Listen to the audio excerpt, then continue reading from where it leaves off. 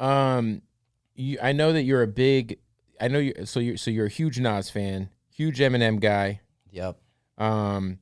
You put out a song kind of as an homage to Nas. Yeah. Right. To both of them. So to Nas and Eminem. Yeah. And you told me recently that Nas heard the song. Yeah. I haven't really told this to anybody, yes, but tell the story, man. So what happened was this was 2016. So when you put the song out, when I put this mixtape out, so this was like a year, like things were just not going well. You know what I'm saying? It was right before I did the whole Me Mondays thing, right? And just like just being a fan, I just wanted to rap over those beats. So I just did a mixtape called Nas and M. It was all their beats. You know what I'm saying? But then one specific song I called it Letter to the King, which was like an actual tribute. You know what I'm saying? Like the last song on the tape. First verse, I'm talking to Nas.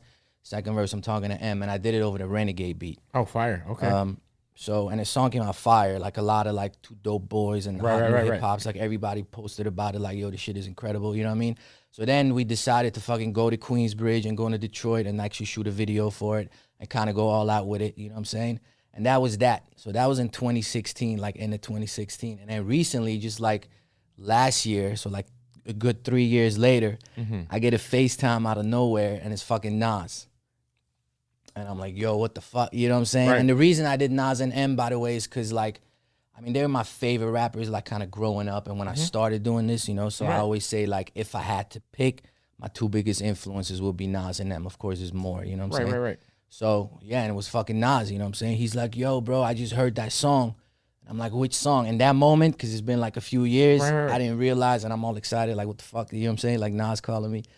And he's like, yo, the one you did for me and M, you know what I'm saying? And I'm like, oh, shit, I'm so happy you finally heard it. He's like, nah, that shit did something to me, bro, you know what I mean? And he touched his, you know what I mean? Yeah. Touching his chest. And then we just kind of like chopped it up about what I got going on. I'm working on a solo project with Scott Storch and this and this and that. And 3 days later, we was in the studio. You know what I'm saying? So you and Nas, you went from making a whole project dedicated partly to Nas to getting in the studio with him. Yeah, crazy. And what was that like being in the studio with him? Happiest day of my life. You guys cut a record together? We did. And the only reason I'm saying this because I kind of posted on social media already, but I would want to come back when we drop the record and really talk about it. You know what I'm saying? Because I haven't really talked about this. I kind of avoid this question, but yes, we have a song and it's fucking crazy. What was the reason I say it's the happiest day of my life is not just because I was in the studio with Nas, but the song came out so perfect. You know what I'm saying? Like, fire. As far as like what I would envision that I would want to do with Nas, it just that's the important came part. Together. You could have did a song with Nas and it could have been, That's what I'm saying, shit. because also I wasn't ready for it. It's not like I expected it and I had a record ready and I was like, yo, get on this. You know what I'm saying? It was like 3 days later. And then, since I was working with Scott, like Scott, he does everything on the spot. You know what I'm saying? Like, he doesn't like send you a bunch of beats and you pick from it. Like, you go into the session, it starts with a conversation, like what kind of record you want to do.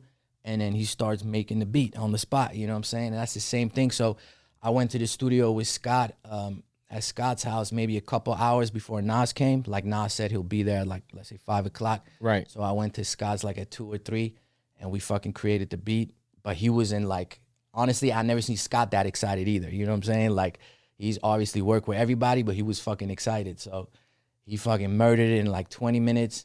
And I started kind of brainstorming ideas. By the time Nas came, I felt like comfortable. Like, okay, we got something. So you recorded this at Scott Storch's house? Yep.